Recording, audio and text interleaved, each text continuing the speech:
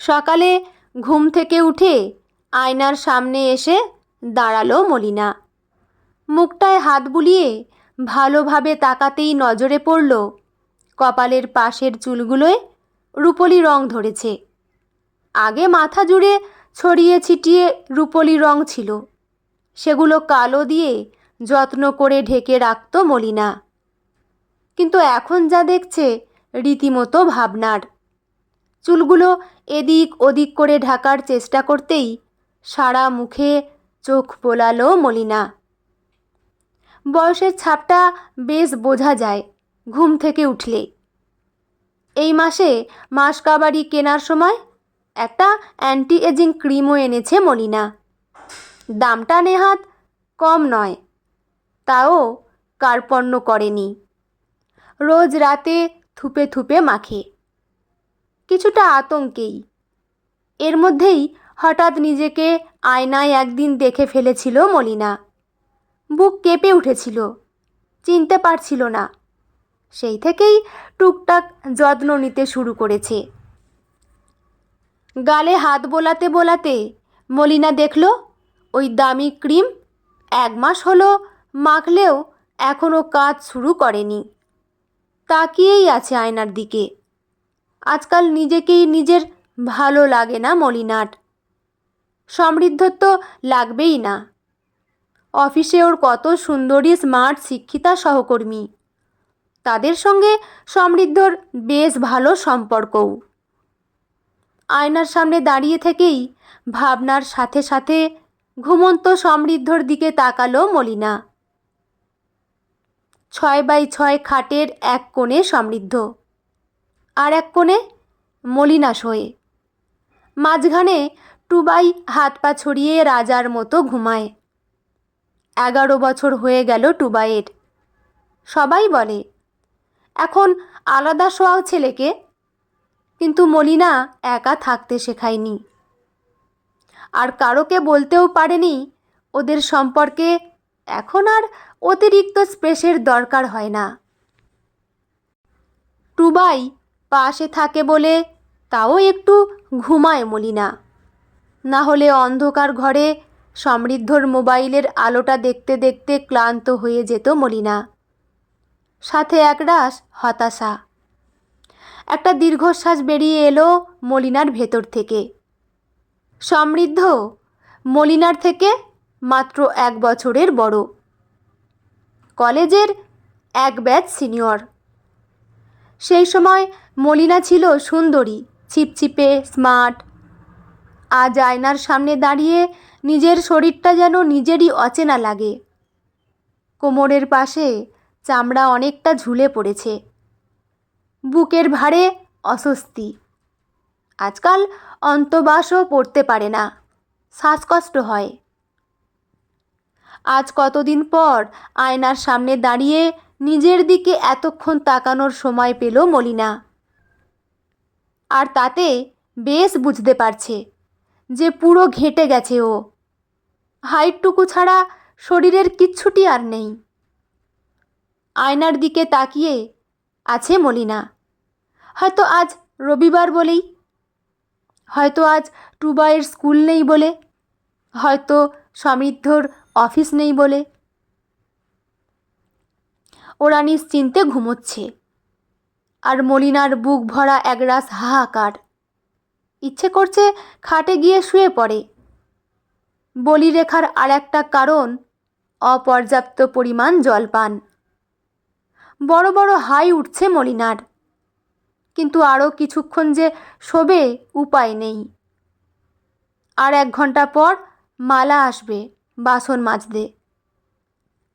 Washing মেশিনটা এখনই চালাতে হবে, নইলে মালা আসার আগে শেষ হবে না। আর জামা কাপড় না মেলেই চলে যাবে। 7টায় মিউনিসিপ্যালিটির ময়লার গাড়ি আসবে, তারপর দুধ পেপার সব পরপর। সমৃদ্ধ বলে, তোমার আবার কি, উঠতে বসতে লোক তো আছেই। হ্যাঁ, লোক আছে, দুধওয়ালা, কাজের লোক, ইস্ত্রিওয়ালা। তবু কেন যে এত ভোরে উঠতে হয় মলিনাকে? মলিনা না উঠলে কাজগুলো হবে। গতকাল রাতেই সমৃদ্ধ বলেছে, বাইরে যাও না, যাওয়ার মুরদও নেই। সদ্য বলা কথাগুলো এখনও টাটকা। হঠাৎ কথাগুলো মনে পড়তেই সারা শরীর রাগে জ্বলে উঠল। পাশের ঘরে গিয়ে সেই রাগ হাতেই আলমারি খুলল মলিনা। আজকাল বড্ড রাগ হয়ে যায় মলিনার। রাগ নিয়েই শাড়ির ভাঁজ সরিয়ে বের করল পুরনো ফাইলটা, সব গুছিয়ে রাখা। মাধ্যমিকে 85%, উচ্চ মাধ্যমিকে 82%, গ্র্যাজুয়েশনে ফার্স্ট ক্লাস, মাস্টার্সে 80%। সমৃদ্ধর অফিসের ওই HR মেয়েটা তুলিকা, ওর কি এমন রেজাল্ট? না, কোনোদিন চাকরি করার ইচ্ছে ছিল না মলিনার, তাই আফসোসও নেই। চেয়েছিল ব্যবসা করতে, অ্যান্টিক জিনিসপত্রের দোকান, নিজের মতো করে সাজানো একটা আলাদা জগৎ। ঠাম্মার কাছে এরকম অনেক জিনিস আছে, বিশেষ করে ফুলদানি আর জলের জগ। সমৃদ্ধ বোধহয় সেই সব দেখেই তখন মলিনার সব হ্যাঁতে হ্যাঁ মিলিয়েছিল। আজ সেই বলে, তোমার মুরুদ নেই? দুজনের রেজাল্ট পাশাপাশি রাখলে মলিনা অনেক বেশি ব্রাইট, সেসব এখন মূল্যহীন। কি হলো? সামনের শ্রাবণে 40-এ পড়বে মলিনা। 40 একটা অদ্ভুত বয়স, না পুরো যুবতী না একেবারে বয়স্ক। এই বয়সে এসে মলিনার মনে হচ্ছে সে অনেক কিছু হারিয়ে ফেলেছে।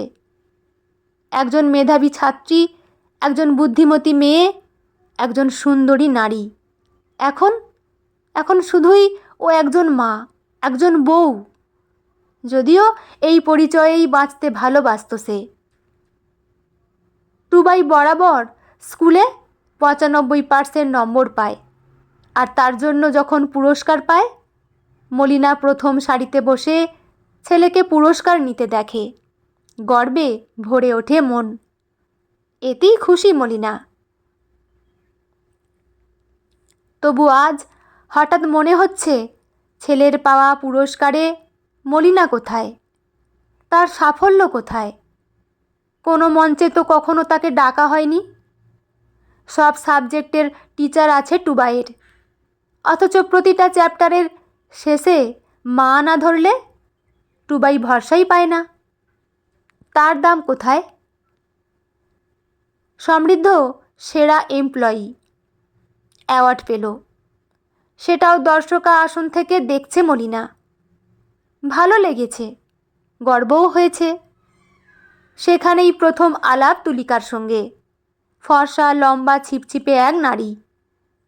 পরে জানালো জন্মসাল 87, মানে মলিনারই কাছাকাছি বয়সী, অথচ দেখে বোঝার উপায় নেই।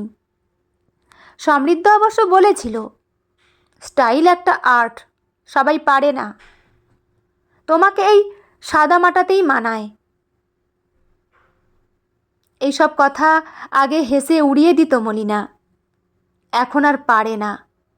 মলিনাও তো পারত, টুবাইকে না আনতে পৃথিবীতে, পেট কেটে না বের করতে, বুকে আগলে না বড় করতে।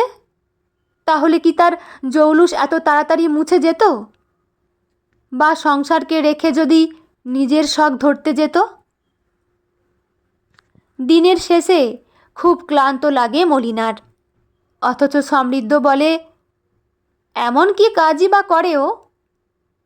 মলিনার ইচ্ছে করে মাঝে মাঝে হারিয়ে যেতে, তাহলে বোঝা যাবে কি করে ও। অনুপস্থিতিতেই মানুষের উপস্থিতি বোঝা যায়। ক্লান্তিটা শরীরের নয়, মনের। সেই ক্লান্তি নিয়েই আবার আয়নার সামনে এসে দাঁড়ায় মলিনা। এই আয়নাটা যেটা কখনো মিথ্যে বলে না। চোখের কোণে সূক্ষ্ম ভাঁজ, ঠোঁটের পাশে হালকা ঢেউ, চুলে রূপলি আভা। মলিনা আবার হাত তুলে নিজের মুখটা ছুঁয়ে দেখে। এটা কি শেষ? এটাকেই কি ফুরিয়ে যাওয়া বলে? না, হয়তো এটাই শুরু। 40 বছরের এক নারী, এই বয়সে এসে আর কাউকে খুশি করার দায় থাকে না। 40-এ পা দেয়া মানে নিজের দিকে তাকানোর সময়। যে মেয়েটা এতদিন শুধু মা, বউ, বৌমা হয়ে থেকেছে, সে আবার নিজের নামটা মনে করতে শেখে। 40 মানে আয়নার সামনে দাঁড়িয়ে নিজেকে নতুন করে চিনে নেয়া। যে শরীরটা এতদিন শুধু দায়িত্ব বয়ে নিয়ে গেছে, সন্তান জন্ম দিয়েছে, সংসার টেনেছে, সেই শরীরটার প্রতিটা ভাঁজে, প্রতিটা ঢিলে চামড়ায় লুকিয়ে থাকা গল্প। এগুলো বয়সের দাগ নয়, এগুলো বেঁচে থাকার প্রমাণ। চোখের সামনে ঠাম্মার ঘরের অ্যান্টিক জিনিসপত্রগুলো ভেসে উঠল। পুরনো গয়না, শোপিস, কাঠের বাক্স, পিতলের বাসন, ওই সব কিছুর মধ্যে ইতিহাস খুঁজে পায় সে। সমৃদ্ধর মুরুদ নেই, কথাটা কানে বাজলো আবার। এই প্রথমবার কষ্ট লাগলো না, বরং একটু জেদ হলো। দেখি সত্যিই পারি না কি না। মোবাইলটা হাতে তুলে নিল মলিনা। একটা ফাঁকা হোয়াটসঅ্যাপ গ্রুপ খুলল, নাম দিল পুরনো দিনের ছোঁয়া। তাতে অ্যাড করলো পরিচিত ভালোবাসার মানুষগুলোকে, বোন, ভাই, বন্ধুরা, ছেলের বন্ধুর মায়েরা, শেষমেশ সমৃদ্ধ। ও যে ওর ভালোবাসার একজন। তারপর আলমারির ওপর রাখা পুরনো পিতলের প্রদীপটার ছবি তুলে পাঠালো। হাত কাঁপছিল একটু, তবু পাঠালো। এত সকালে ঠিক হলো কি ভাবছে। কয়েক মিনিট চুপচাপ। তারপর, নাইস পিস দি, সেল করবে? প্রাইস বলো। আমার মায়ের জন্য নিতে পারি? এত সকালে তিতলি। টুবাইয়ের নার্সারির টিচার।